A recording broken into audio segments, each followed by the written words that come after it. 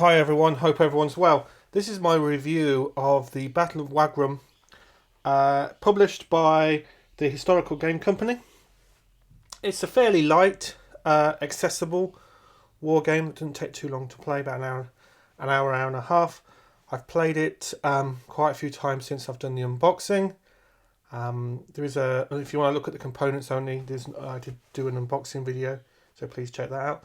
But I've enjoyed the game a lot, so I thought I'd do a video, talk about the components, talk about what I liked about the game mechanics, and it's got some interesting aspects to it. I never really heard of this game or game series or game publisher, to be fair, until I came across them on Second Chance Games, and I think there's a lot to like about the game. So I thought I'd do a video, talk about what I liked about it, so you can see if you think it's a game that you would enjoy as well. So we'll start with the rulebook itself. 4 pages of rules. This is definitely what I would consider a light war game, but there are many nuances to some of the mechanics, and I'll talk a bit about those when we've got the game in front of us. It's very well written. It's very straightforward to understand.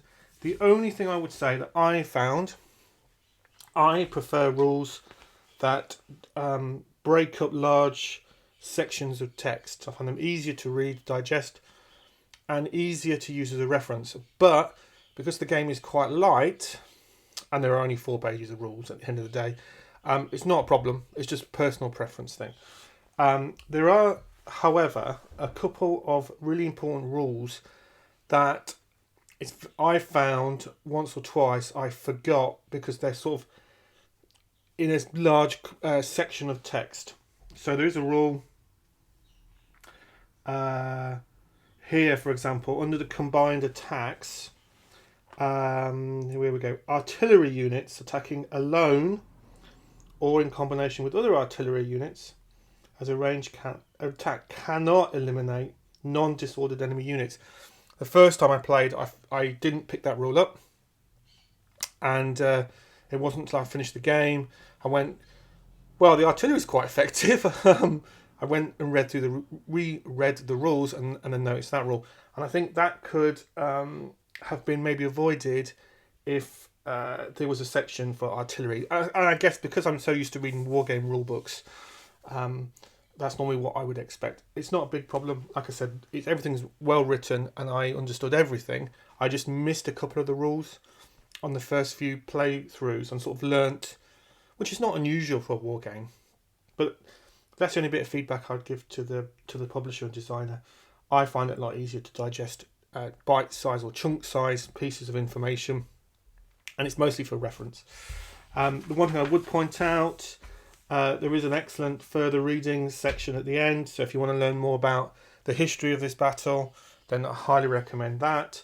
The terrain hex reference chart, and this game doesn't have any charts. There's no player aids required. This is excellently done. The whole thing's beautifully laid out, reads really, really well. No problems whatsoever.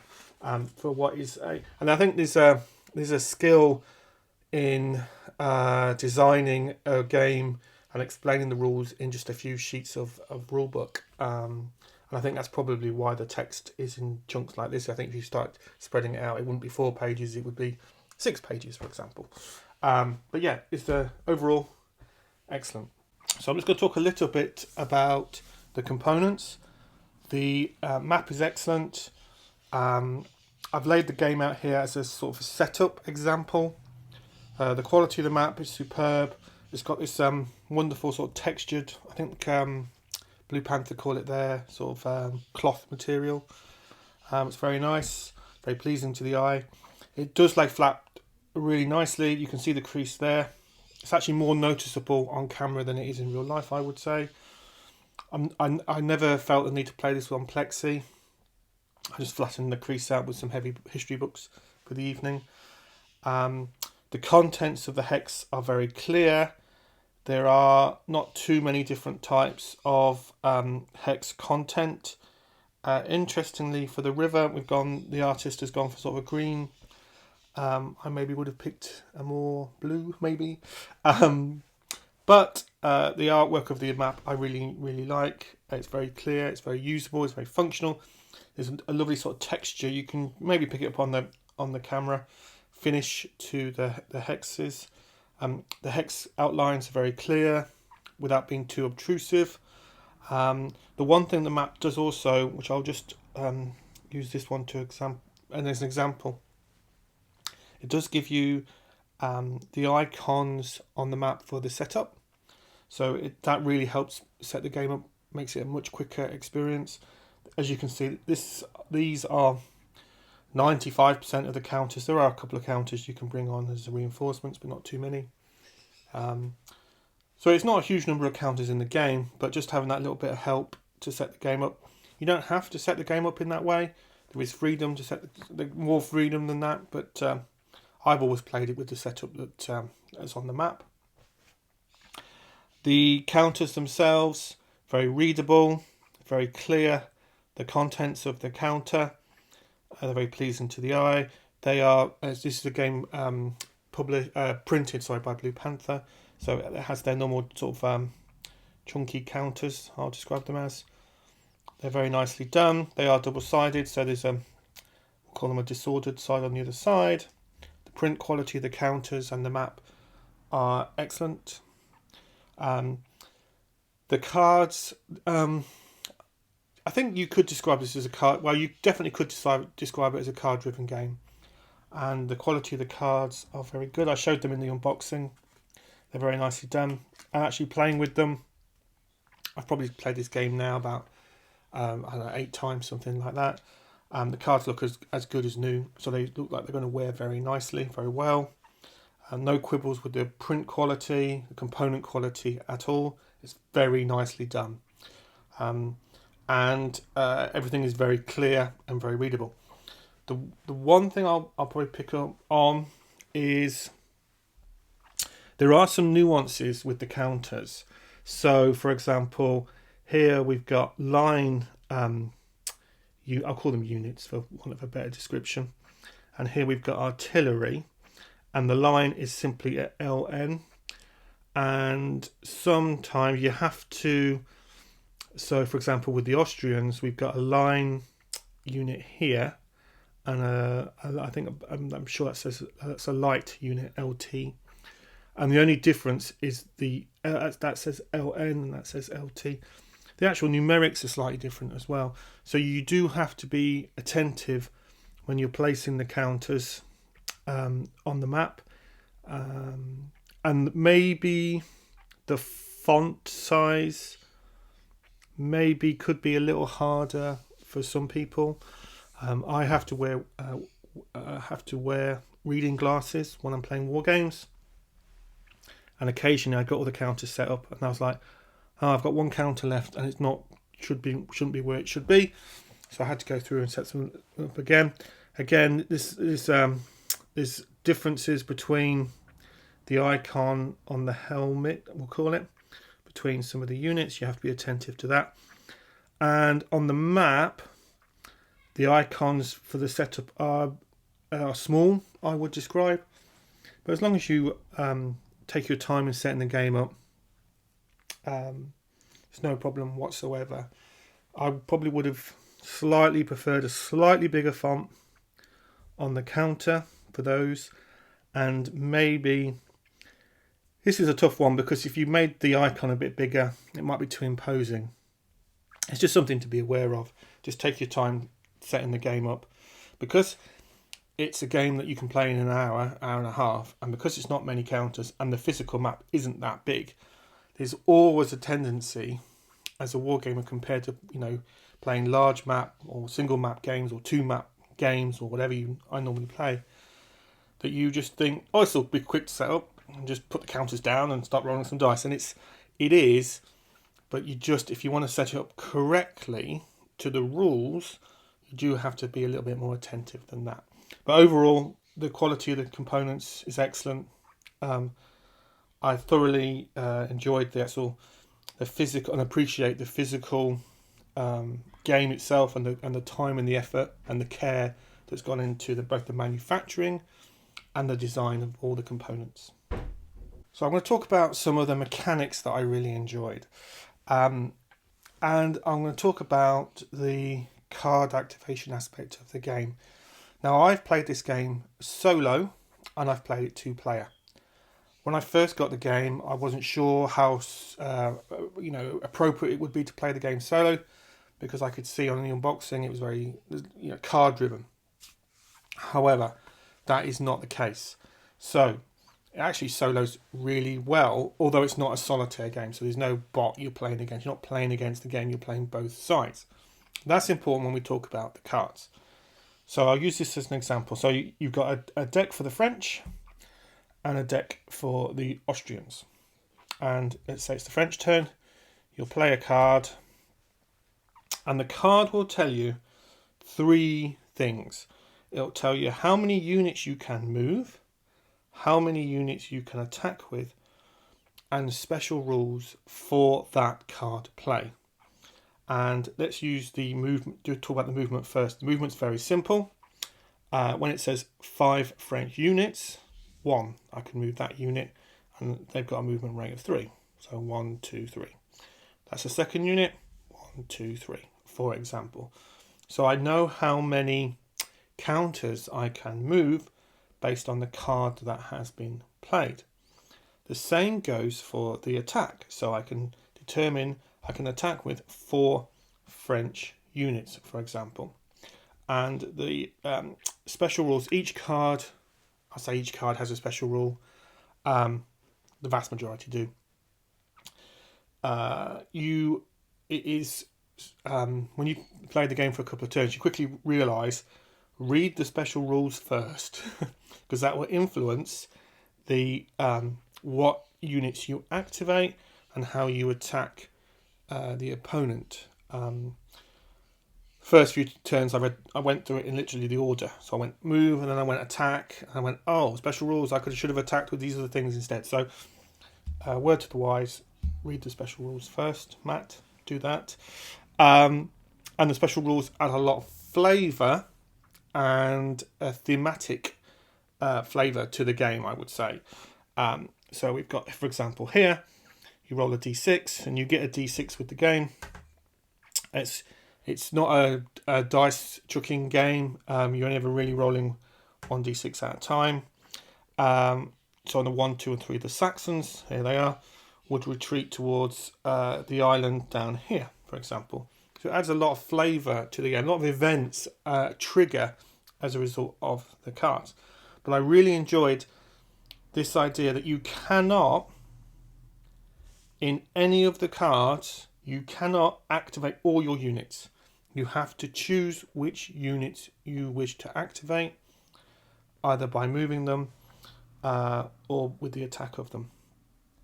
And I really enjoyed that. It makes the decision-making process, playing both sides, whether playing solo or playing 2-player, a great deal of 8-player agency, I'll call it, to that decision. A lot of war games, you can just do everything with all the units you want. And I enjoy that too, of course. But what I did like about this, and that adds to, I think, the nuances of that decision making. So when you play in the game, your strategy, I'll call it, is really crucial. But unlike so for example, Command and Colours or something like that, which units you choose is entirely your choice. And I really enjoyed that mechanic. I enjoyed that mechanic in lots of games. But I found the card activations worked really, really well. So, for example, what we've got here. So, for example, this one, move 5 French units, attack with 5 French units. The special, the French Guard, may attack twice and adds +1. So, where the Guard, they're down here. So, let's say the Guard were more, I'm just going to use an example. If I had some units here, and there's an Austrian unit, knowing that special will go, well, now's a good time to use the Guard because they can attack twice with a +1. So guess what? I'm going to do that. Now, how and I really enjoyed that. And I found that while you're playing the game, and I'll talk more about how I found the game played out in a bit, but I found that really engaging. And it solos really nicely because you play the card and you go, okay, it's the French turn. Okay, 4 French units, attack with 5. French artillery adds +1, so should be using the French artillery. The card's called Artillery Bombardment. then it'd be the Austrians' turn, for example. The Austrian move 4, attack with 4, add +1 to all the Austrian cavalry. So if you're using horse and you've got them in a good position, now's the time to use those. And that fact I found lends itself. You don't have to. You can ignore the special rule. But what I would say, especially playing the game 2-player, do so at your peril. You want to capitalise on the special rules of the cards. And I really, really enjoyed that. The combat itself, very straightforward. Let's suppose pick a nice, easy, simple example here. Let's suppose I've got a card where I'm the French player and I can attack, and I decide I'm going to attack with this unit here, and I roll the d6, and let's say I get a 3, for example. I add my attack value, which is 2, to the 3, which is 5. They've got a defense value of 6, so I do not inflict any casualty or gameplay occurrence on it. Now, if I'd have got a 5, for example, as the French player, then I would be getting a 7, which is more than the defense value, and it's more than +1. Because it's more than +1, I would flip the counter over, and that counter is now disrupted. If I would have got a 6, for example, then it would be 8, and that's more than the defense of 6, which is the middle number, by 2, and that would be eliminated, removed from the game. However, the Austrian player can bring some of these counters back as a special rule on those cards. Same with the French player as well. So they may be eliminated for now, but they can come back onto the board. If I have 2 counters attacking, that counts as 2 attacks, but I don't add the attack value together. I still roll a d6, and let's say I get 5, which normally if it was just 1 counter wouldn't be enough to defeat, well, be enough to disorder it, not to eliminate it. But because I've got 2 counters, I get +1 for that counter. So 2 + 1 is 3, 8 is 2 more than the defense value, so it's a move from play. You don't need charts for the game. There are no charts in the combat. Once you understand that basic simple rule, away you go. And much fun is to be had, especially when you're playing a game like this in an hour, or you're playing with someone. And I'll come to maybe one of its big advantages. If you're playing with people that don't normally play hex and counter war games, the flow of the game is really fast, because I'm activating units, most cases 4 or 5 or less. So I'm not activating 20 units at a time, 4 or 5 or less. The way that the game turn structure is that after I have moved my counters, let's say I move this one to engage this Austrian unit here, then the Austrian player gets some defensive fire. They can defensive fire with 3 units, so they get to defensive fire. So the agency, the amount of time it takes between me doing my thing and my opponent doing something is really short, and that makes the game brilliant, in my opinion, for new players to the hobby of wargaming. Because when I'm sat with my opponent, they're not having to wait long before they do something, before they roll some dice and engage my units. And the same for me if it's their turn. I really like that. It also makes the game flow brilliantly for solo play, and I particularly enjoyed that. So I love the card activation. I love the special rules on the card. They are. I was a little. I wasn't sure if they would be that thematic to the history, but they are, and I really enjoyed that, especially as a Napoleonic wargaming and history enthusiast. I really enjoyed that. They feel very thematic. I'm going to pick some more to sort of illustrate some of the point. I'm just going to pick some random ones. So we've got Charles rallies the troops. All Austrian units may be rallied at the start of the Austrian player turn, even in an enemy zone of control. Which is a good point. I'll talk about rallying. If every player has a rally phase in their sequence of play, for example, if it's the Austrian player, this unit here is not in the French zone of control, so it can be rallied and flip back to normal play. But this card enables, because it's Charles rallying the troops, even if this unit here is disrupted, it can be rallied because even though it's in the zone of control because of the special rule. So I really enjoyed all the special rules. I enjoyed the movement and the activation of which units I move and which units I decide to to use to attack. I really enjoyed that. I also really like the fact that the units, there are some thematic differences within the units. So, for example, we've got line Austrian troops up here. We've got militia here. We've got different types of horse units here and there with different attack values. But like all great war games, for someone who is new to the hobby, you don't need to know all the nuances of the history of this to enjoy it. If you do, it makes the game more flavoursome and more thematic, but you don't need to.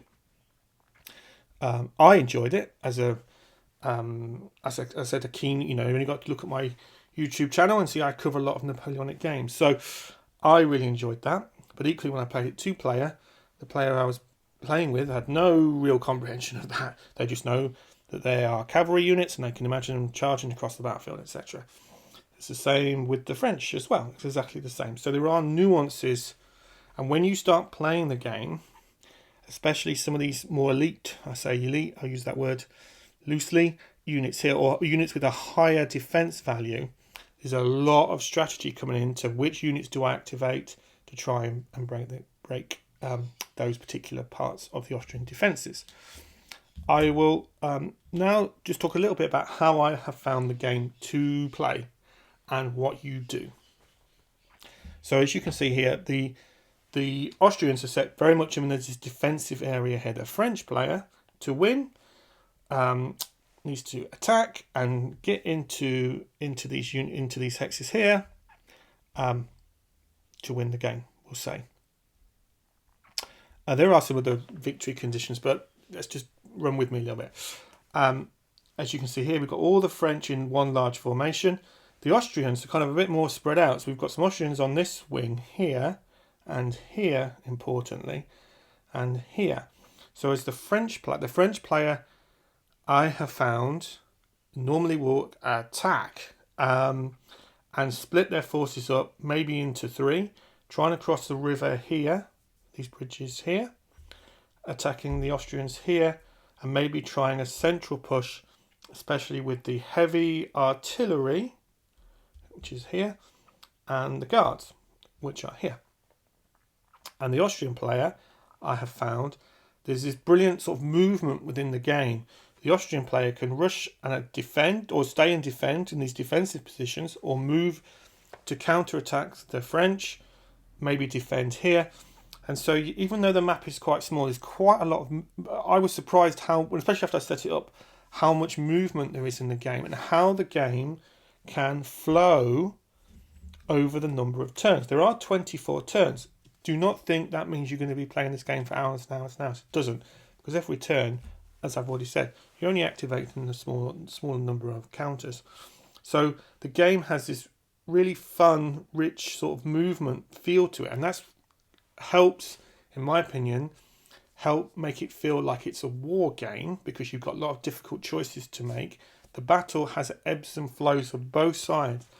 The last time I played this, for example, the French on this side were able to push the Austrians back.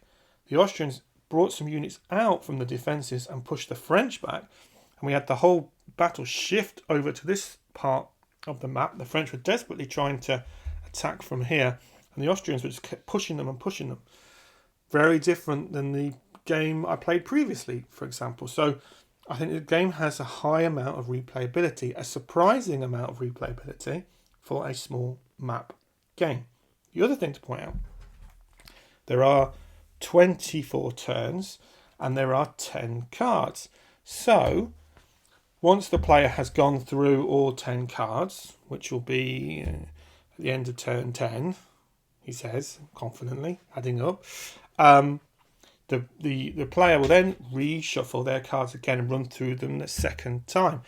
In running through them the second time, there are some cards that have special rules that operate different on the second play of that card. So there are some reinforcements. The Austrians bring us some reinforcements here. And one time I played, well, that just created all manner of chaos and havoc in a good way into the battle, and an interesting dimension to it. So there is a certain tactic, I'll say, for the French player to try and finish the job quickly, because if they don't, then things can turn against them. And there's all these nuances to the actual battle. Surprising amount of nuances that I did not expect, but really loved in such a small footprint, 4-page war game. It's one of the things I love the most about it. So, yeah, really enjoyed that element. All the game mechanics I absolutely loved. I love them because they're simple, they're easy to explain, but there's depth to every single one of them. And the depth comes in which units do I activate, how do I maximize my special rule, the subtle differences between some of the counters, but also keeping to the thematic nature of the history. So I'd like to finish with some concluding thoughts, and hopefully to help you decide if this is a game you should have another look at, or if you're not familiar with it, dig into and look into. Things I loved about the game. Love the components. The map is gorgeous. It's a small footprint. Doesn't take much room upon the table. There are virtually no player aids necessary, other than the rule book on the back page, which tells you the contents of the hex, which, to be honest, after a couple of turns you probably memorised anyway. The counters are really nicely done, as you'd expect from the printer Blue Panther. The map and the counters look great. It's pleasing to the eye. The quality components of the cards are really nice. The map, the rule book, etc. The quality of the components are great. Absolutely love them. I loved and I'm not always a massive player of card activation games, I'll be honest with you, but I really enjoyed the card activation system in this game. I love it because it makes me think, makes me make difficult choices, hard choices. Often when I was playing through, even playing solo, I was like, oh, I really want to do this, but I can't. I really should do this, but I can't. Well, oh, I've got to make a difficult decision. I really enjoyed that. But I also love the simplicity, but the elegance of that design. There's so much information on those cards, and they read so easily and effortlessly. I found I really enjoyed that. And in addition to that, I also found explaining how the game works to someone sat across me was effortless. It took me a couple of minutes. I went first and demonstrated the point, and the other player was like, I've got it. I understand exactly how to play this game. They might not recognise all the nuances, and that comes across in the play. So that gives the game great depth and great replayability. If overall, if you are looking for a small footprint, quick game to play comfortably in an evening, I think the longest game I took was probably like an hour and a half. The short games more like 50 minutes an hour. So it comfortably fits within that. A quick playing game, solo, but where you're playing two-handed, you have to play two-handed. Or with someone who is new to war games or would like to play more war games but doesn't want to sit in front of two maps for 10 hours. I think this is a brilliant, absolutely brilliant system. Now, I do understand there are other games in the system from other historic periods, specifically the American War of Independence, which is obviously of great interest to me as well. So if the Napoleonic theme isn't your cup of tea, no pun intended, then the American War Revolution might be better. And I think there are some other periods of history covered as well. It was between one of the American War of Independence games and this one that I was on an hour in between. So I really, really enjoyed it. I think it's a hidden, I think it's a hidden gem. I never really heard of this games company or this game prior to coming across it in Second Chance Games. And I thoroughly enjoyed it. Thoroughly enjoyed every single game I played of it because it made me make those difficult decisions. But I felt like I was playing the game. I wasn't constantly referring to the rules. I played the game solo a couple of times to get the rules down. Once I had them down, they just flowed brilliantly and was a lot of fun. And to be honest with you, even when I didn't get the rules quite right, I still really enjoyed it. So yeah, big recommendation for me. If you've played the game or other games using this rule set, super interested in any comments in the comments section. I definitely would love to pick up another couple of games using this rule set because I enjoyed it so much, and just to see if there's any subtle differences with the historic theming change, etc. So hopefully that was interesting. Thanks a lot for watching as always, and take care.